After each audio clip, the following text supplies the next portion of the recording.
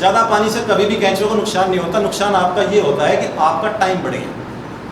केंचुआ क्या है, अगर उसका खाना खत्म हो गया तो वो पानी पी के भी जिंदा रह सकता है 2 महीने 1.5 महीने तक। लेकिन उसकी जो पूरी जीवन की प्रक्रिया चलती है वो इस तरीके से चलती है जैसे मधुमक्खी की चलती है। एग्जाम्पल दे दूँ मधुमक्खी का। मधुमक्खी का जो डब्बा होता है उसके अंदर एक मधुमक्खी रानी होती है, बाकी सब उसके वो होते हैं, वर्कर होते हैं। अगर उसके पास खाना प्रॉपर आ रहा है तो लगातार अंडे देती रहती है। आपने देखा होगा सरसों के सीजन के अंदर लगभग 80% हमारे इंडिया के अंदर सरसों का टाइम ही होता है। उस समय अगर रोज़ उसके पास पूर्ण वो आ रहा है तो वो 80% अगर उसके पास अवेलेबल है तो खूब अंडे देगी। रोज़ के 2 से 2.5 हज़ार अंडे देती है वो। खाना जैसे जैसे कम होगा वो देख लेती है कम खाना लेके आ रहे हैं, वो अंडे देना बंद कर देती है। सेम सिस्टम केंचुए के साथ है। अगर गोबर उसके पास अवेलेबल है तो खूब अंडे देगा। एक केंचुआ मरने से पहले 1000 से 1500 भी बच्चे देके चला जाता है। अंडे कम देगा, लेकिन एक अंडे का हमने आइडिया निकाला है। हम अंडे चेक करते रहते हैं। स्टार्टिंग में हमें ये आइडिया था 3-4 देते हैं। कई बार हमने रिसर्च करने के बाद देखा कि अंडे में से एक अंडे में से 10-10 बच्चे आराम से निकल जाते हैं। ऐसा होता है जैसे बाजरे का दाना होता है ना, लगभग ऐसा अंडा होता है, उसके अंदर देखो 10 बच्चे। आप जैसे लाइव निकलेंगे तो आप उसको आंखों से देखोगे तो जब दिखेंगे नहीं, बहुत सफ़ेद होते हैं, बिल्कुल वाइट रंग के, और उंगली के टिप पे आ जाते हैं सारे 10 के 10। लेकिन वो बढ़ते इतनी स्पीड से हैं, बहुत ही स्पीड से। इसके अंदर जो वैरायटी है वो मैंने बताई ऑस्ट्रेलियन नस्ल की आइसिनिया फेटिडा, ये गोबर ही खाती है, सबसे अच्छी वैरायटी है। अफ्रीकन भी चलती है लेकिन वो नाम मात्र चलती है, वो खाते कम हैं, साइज़ में बड़े होते हैं। लेकिन ऑस्ट्रेलियन नस्ल होता है आइसिनिया फेटिडा। आइसिनिया फेटिडा गूगल पे सर्च करोगे तो भी आपको पता लग जाएगा। ऑस्ट्रेलियन अर्थवर्म भी डाल सकते हो, रेड वर्म भी डाल सकते हो, 99% यही चलता है जी। गोबर खाता है तो हमने तो बहुत सारे लोग कभी वीडियो पे देखा है, वो जो बनाते हैं उसमें पुआल डाल देते हैं और कुछ डाल देते हैं, तो वो सब नस्ल होता है। पराल वगैरह डाल सकते हैं, लेकिन अवेलेबल हो तो। हमारे यहाँ पे जहाँ पे हम रहते हैं उत्तर भारत में, यहाँ पे गोबर खूब मिलता है। पराल वगैरह यहाँ पे थोड़ा ड्राई एरिया है, यहाँ पे पराल कम है। कहीं कहीं अवेलेबल ठीक है, लेकिन अगर गोबर अवेलेबल है तो गोबर को यूज़ कीजिए, सबसे अच्छा है। पराल को तब खाएंगे जब वो कुछ % गल जाएगी। मैंने आपको बताया कि केंचुए सब करते हैं, सब कुछ खींचते हैं। पराल डायरेक्ट नहीं खा सकते, जब वो थोड़ी सी डिकम्पोज हो जाएगी तब खाना स्टार्ट करेंगे। गोबर में हम लेयर बना सकते हैं, पराल या पत्ते वगैरह बना सकते हो, बनाने को खूब बनाते भी है, पत्ते भी डालते हैं उसके अंदर, सारी चीज़ें, ठीक है, सब कुछ हो जाता है। थोड़े दिन के बाद वो भी गल जाता है। इसके ऊपर जो हम पराल डालते हैं या बोरी ढकते हैं या केले के पत्ते ढकते हैं, 3 महीने के अंदर अंदर आपको पता होगा उस चीज़ को भी खा जाते हैं। मतलब आपकी जो ऊपर की लेयर थी, क्योंकि वो कहीं ना कहीं टच हो रही है गोबर के, और तो रोज़ उस पर पानी लग रहा है तो गल जाती है नीचे से, और गल गई तो केंचुए को नहीं पता कि गोबर है क्या, उसको तो वही वेस्ट में वो खाना है, ठीक है जी। हाँ, पराल का बेसिकली काम यही है। सबसे अच्छा जो मैं बताता हूँ, अगर आपके पास अवेलेबल हो तो केले के पत्ते हैं। केले के पत्ते के अंदर पोटाशियम की मात्रा बहुत अच्छी होती है, और आपके खाद के अंदर जो पोटाश उसी से बढ़ जाएगा। केंचुए के अंदर जो जितना भी वो निकाल रहे हैं आउटपुट जितना होता है वो तो मिलेगा ही आपको। लेकिन अगर केले के पत्ते की दूसरी खास बात ये, वो ठंडा भी होता है ना। ठंडा रहेगा तो केंचुए को उतना ही अच्छा लगेगा, क्योंकि आजकल जितनी गर्मी पड़ रही है आपको पता है, लगभग 8 महीने से ज़्यादा गर्मी पड़ती है, तो केले के पत्ते सबसे अच्छे हैं। सेकंड नंबर पे मैं बताता हूँ पराल। पराल कुछ लोग अवॉइड करते हैं। आजकल एक सिस्टम और चल पड़ा है ग्रीन नेट का, देखा होगा अगर आपने। लेकिन ग्रीन नेट वहाँ कामयाब है जहाँ पे गर्मी थोड़ी सी लिमिटेड पड़ती है। बहुत ज़्यादा यहाँ पे तो सर्दी भी बहुत पड़ती है और गर्मी बहुत पड़ती है। तो उसके अंदर क्या है कि उसके अंदर ना तो पानी सोखने की ताकत होती है ग्रीन नेट के अंदर।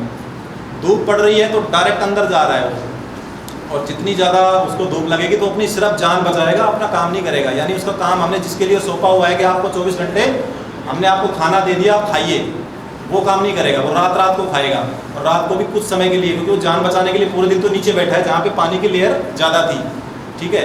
रात को ऊपर चढ़ेगा, फिर वो थोड़ा बहुत खाएगा, फिर आप कहोगे जी आपने तो 3 महीने बोला था, ये तो 5 महीने लग गए। तो उसका रीज़न ये होता है, मॉइस्चर ऊपर से मेंटेन पराल रख पाती है क्योंकि उसके अंदर नलियाँ होती हैं, और केले के पत्ते की तो होड़ी नहीं है। लेकिन केले के पत्ते यहाँ मिलते नहीं हैं। केले के पत्ते मिलेंगे आपको केले के गोदाम पे, केले के गोदाम पे मिलते हैं वैसे फ्री में, लेकिन वहाँ तक तो आपको लाना पड़ता है ना, उसके फ़ोन नंबर रखने पड़ते हैं, भैया केले की गाड़ी आए तो मेरे को बताना, इस टाइप पे तो रखना ही पड़ता है। पराल का क्या है, सीज़न आया 20-30 गाड़ी अपनी डलवा ली और डालते रहे। बेड के ऊपर छांव होनी चाहिए, छत छाया मैं वही बता रहा हूँ, अगर आपको कमर्शियल काम करना है तो कहाँ तक छाया करेंगे आप? भाई मैंने अपनी एक यूनिट के ऊपर 3 एकड़ जगह है, 3 एकड़ पर छाया करते करते तो बहुत सारा खर्चा लग जाएगा, वो तो पूरा वेयर हाउस बन गया और उसमें करोड़ों रुपए का खर्चा लगता है। हम तो खर्चा बिल्कुल घटा रहे हैं। आपके पास जो आउटपुट निकला आपकी डेयरी से या फिर जो भी काम कर रहे हैं, हम तो उसके लिए बात कर रहे हैं कि आप उसको कैसे मैनेज करेंगे। पैसे हैं तो आप कुछ भी करिए।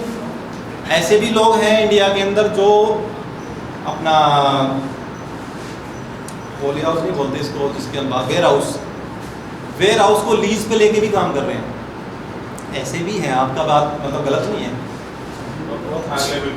हाँ, बड़े लेवल पे कंपनी इस्टेब्लिश कर रखी है, वर्मी कंपोस्ट, प्रोम वगैरह ये बनाते हैं। इसमें से कई प्रोडक्ट निकल सकते हैं। प्रोम एक प्रोडक्ट है जो वर्मी वाश है, हाँ, लेकिन मेन जो इसमें है वो वर्मी कंपोस्ट ही चल रहा है। प्रोम की डिमांड भी है लेकिन कम है क्योंकि वो कॉस्टली है, उसके अंदर रोग फास्फेट लगता है, वो भी लाना पड़ता है, बहुत सारी कॉस्ट बढ़ जाती है। और वर्मी वाश के लिए लोग अभी इतने अवेयर नहीं है, काम हो रहा है लेकिन इतने बड़े लेवल पर नहीं हो रहा है। वर्मी कंपोस्ट सबसे ज़्यादा चलता है और लगभग आज के समय हर किसान इसको यूज़ करने लग गया। कुछ लोग, कुछ तो प्रचार हमने किया, कुछ यूट्यूब ने किया, कुछ अपना सोशल मीडिया पे लोग एक्टिव है और हमारे जैसे काफ़ी लोग ऐसे हैं जो इस पे काफ़ी दिनों से काम कर रहे हैं। केंचुआ सर कितना पड़ेगा ये नहीं बताया? सब कुछ बताओ। केंचुआ की क्वांटिटी जो हम बेड बना लिया हमने सारी, हमने उसकी गोलाई बना दी, सेफ दे दी उसको। लेकिन स्टार्टिंग में हम नया काम कर रहे हैं इसलिए हमें आइडिया नहीं होता गोबर को डालना कैसे, ऐसे ढेरी डालते चले गए, उसके बाद कुछ नहीं किया। उसकी गोलाई बनानी पड़ती है बिल्कुल अर्धचंद्र का। हाँ, मैं तो सिंपल सा उदाहरण देता हूँ, ब्रेकर ही ले लो। ब्रेकर गोल होता है बिल्कुल ऐसे, वही सेव बनानी है उसकी। उस पर मोटे मोटे ढेले भी पड़े होते हैं, उन ढेलों को तोड़ना होता है क्योंकि केंचुआ उन ढेलों के अंदर नहीं रह सकता, उनके लिए बारीक चाहिए, है ना। गोबर के ढेले बन जाते हैं ना। अभी आपने डाला बाहर तो आप शाम तक देखोगे तो ही ढेले बन जाएंगे, धूप इतनी ज़्यादा पड़ रही है। उन ढेलों को तोड़ के बिल्कुल बारीक करके हल्का पानी मारो तो वो लगभग उसी की अवस्था में आ जाते हैं। अब उसके अंदर आपको केंचुए छोड़ने हैं। अब आपको कैसे पता लगेगा कि केंचुए इसमें रहेंगे या नहीं रहेंगे? उसके लिए आपको टेस्टिंग करनी पड़ती है। टेस्टिंग कैसे करें? टेस्टिंग करने के लिए हम सारे केंचुए नहीं छोड़ते, हम कुछ एक केंचुए लेते हैं, उनको ऊपर छोड़ के देखते हैं। वही आधे पौने घंटे में रिजल्ट बता देंगे कि केंचुआ इसके अंदर रहेगा नहीं रहेगा। सारे छोड़ दिए तो सारे के सारे मरेंगे। जैसे एक उदाहरण दूँ तो नॉर्मल सा उदाहरण है, युद्ध वगैरह होता है तो पहले 2 बंदे जाते हैं ना रैकी वगैरह करने के लिए, देख के, और सारी फोर्स को तो एक साथ नहीं भेजते ना। अब क्या है कि आपने केंचुए परचेज किए हैं, स्टार्टिंग में पैसे लगे हैं, तो आपके पास तरीका ऐसा होना चाहिए जो कि नुकसान कम से कम हो आपका और सारा काम आसानी से हो जाए। तो हम कुछ केंचुए को बलिदान देने की कोशिश करते हैं कि भाई जाएंगे तो चलो यही जाएंगे, बाकी हमारे पास सब कुछ बचे रहेंगे। टेस्टिंग अगर हमारी सक्सेसफुल हो गई, कैसे करेंगे? बेड बना दिया, पूरा ठंडा किया, 12-15 दिन रोज़ पानी डाल रहे हैं। पानी इतना कभी भी मत डालना, खासकर सर्दियों के अंदर, कि गोबर पतला रबड़ी टाइप में बन जाए। रबड़ी बन गई तो आपको बहुत दिक्कत आएगी। सबसे ज़्यादा प्रॉब्लम यही करती है। पानी फैला कर डालना है, गोबर को लगभग 1.5 से 2 फीट की हाइट के ऊपर गोबर को फैला दीजिए और उस पर पानी डालेंगे तो वो 12 से 15 दिन में ठंडा हो जाएगा। सर्दियों के अंदर लोग कहते हैं कि जी, मतलब एक नॉर्मल सी धारणा है, हमें बताते हैं जी गोबर गर्म भी नहीं होना चाहिए, हाथ डालो तो गर्म नहीं होना चाहिए, लेकिन सर्दियों में तो ऐसा है ही नहीं। सर्दियों के अंदर इतनी सर्दी पड़ती है यहाँ पे कि कभी भी हाथ डाल लो ठंडा ही रहता है। तो कैसे पहचान करोगे? उसके अंदर जो मेन चीज़ है वो अभी भी बची हुई है, गैस, मीथेन गैस। उसमें सर्दियों में तो बल्कि और थोड़ा टाइम बढ़ जाता है, तो उस समय टेस्टिंग करने की हमें ज़्यादा ज़रूरत पड़ती है। केंचुए को गर्मी या सर्दी अपने एरिया के अंदर जो हम लगाते हैं बहुत कम मारती है, उसको मारती है मीथेन गैस ही। उसके लिए ही छोड़े जाते हैं ज़्यादातर, क्योंकि गर्मी यहाँ पे तो आप देखो 45 तक आराम से वो जा रहा है टेम्परेचर, 2.5-3 डिग्री के करीब आपको इसमें मिल जाएगा सर्दियों के अंदर। वहाँ समस्या नहीं है, इतना ही जाता है, यहाँ इससे ज़्यादा नहीं जाता है। भिगोना पड़ेगा आपको लगभग रोज़ एक बार गर्मियों में, और सर्दियों में लगभग दूसरे-तीसरे दिन पानी। इतना ही पानी डालिए कि हल्का सा बह के बाहर आ जाए, इतना नहीं कि गोबर भी साथ चल पड़े। गोलाई बनाइए प्रॉपर, और गोलाई बनाई के बाद उसके अंदर मैंने बताया कि बीच बीच में जगह जगह पे छोड़ के देखिए अपने कैंचुए रेड बर्न।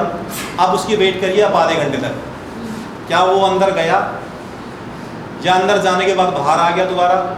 तीसरी पहचान ये होगी कि वो लंबा होके चलेगा, तड़पता हुआ बाहर आ जाएगा। आप 10-11 बजे के करीब छोड़ रहे हैं, धूप पड़ रही है, कैंचुआ छोड़ दिया, अंदर चला गया, अंदर जाते के साथ अगर वो बाहर आ रहा है तो इसका मतलब समझो ना कितनी प्रॉब्लम में है वो। ऊपर से धूप जला रही है उसको और अंदर जाते के साथ गैस मार रही है, तो ऊपर जलना पसंद करेगा, गैस उसको बर्दाश्त नहीं हो रही है, तो आप समझ लो वो गोबर तैयार नहीं है। उसके लिए क्या करें, फिर पानी डालो। आपके पास गलती से आप कैंचुए मान लो पहले ले आए तभी तो आपने टेस्ट किया, उसको रख दो साइड में, कोई समस्या नहीं आएगी, लेकिन वो गोबर ठीक होना चाहिए। दूसरा तरीका ये होता है, अगर उसमें थोड़ी बहुत गैस है, आपको डाउट है कि कैंचुआ ऊपर ही बैठा, चला तो गया अंदर, ऊपर तो नहीं आ रहा, लेकिन थोड़ा सा ऊपर ही बैठा है, बहुत ज़्यादा डीपली नहीं गया, तो आपको कैंचुए झुंड में छोड़ने हैं। एक आदत होती है लोगों की कि कैंचुए लिए ऐसे खिंडा दिए, ऐसे नहीं खिंडाना। पेड़ की टोप के ऊपर 2 तरीके हैं, या तो एक पट्टी बना लीजिए हाथ से खोद के ऐसे 4 इंच के करीब पट्टी सेंटर में ऊपर, या फिर छोटे छोटे गड्ढे बना लीजिए, उसमें ऐसे अंदला भर के, इसमें उसका खाना भी है और कैंचुए भी है, उसको छोड़ दीजिए। अब क्या है, उनके पास रहने के लिए अपना घर है, पुराना गोबर है ना उसका, तो पुराना गोबर उसका घर है, वो उसको खा सकता है, नए वाले को नहीं खा सकता क्योंकि नीचे से गैस भी निकल रही है। झुंड में है, इकट्ठे बैठे हुए हैं, वहाँ पे सुरक्षित है। 2 दिन में तो निकलेगी गैस। भाई पहले तो आपने खूब अपनी तरफ से तो मेहनत की है, लेकिन फिर भी उनको लग रहा है कि नहीं है, तो रोज़ आप पानी डाल रहे हैं, 2 दिन में, 3 दिन में, 4 दिन में ठीक हो जाएगा, वो अपने आप ही फैल जाएंगे, आपको फैलाने की जरूरत नहीं है। आप आज इधर डालोगे 4 फीट इधर कैंचुए को, तो वो अगले दिन 4 फीट दूर मिलेगा, 6 फीट दूर मिलेगा। और बारिश के अंदर तो आपको आइडिया भी नहीं है, कैंचुए के पैर नहीं होते, खूब देखे ना आपने कैंचुए, वो भी सांप की तरह रेंग के चलता है, लेकिन जब वो बारिश होती है ना, तो बारिश के अंदर अब वो आपके मकान में भी चला जाता है, ऊपर चढ़ जाता है छत पे भी, ठीक है, हाँ इतना एक्टिव होता है वो, पानी के अंदर भी घुस जाता है, ठीक है। बेड बनाने का मैंने थोड़ा सा आपको हल्का सा ब्रीफ दिया था, थोड़ा सा और विस्तार से मैं हल्का सा बताऊंगा आपको मैं। इसके लिए 2-3 चीज़ की आवश्यकता होगी आपको। नंबर 1 गोबर हो गया, नंबर 2 प्लास्टिक की शीट हो गई।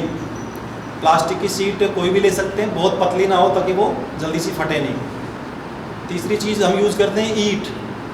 ईंट का प्रयोग सिर्फ हमें तब करना है, किस चीज़ के लिए ईंट होती है, बारिश के लिए होती है, बारिश से बचाने के लिए। कैंचुए को जब बारिश होती है तो चलता है वो, हल्की सी उसको टक्कर महसूस होती है तो रुक जाता है वो,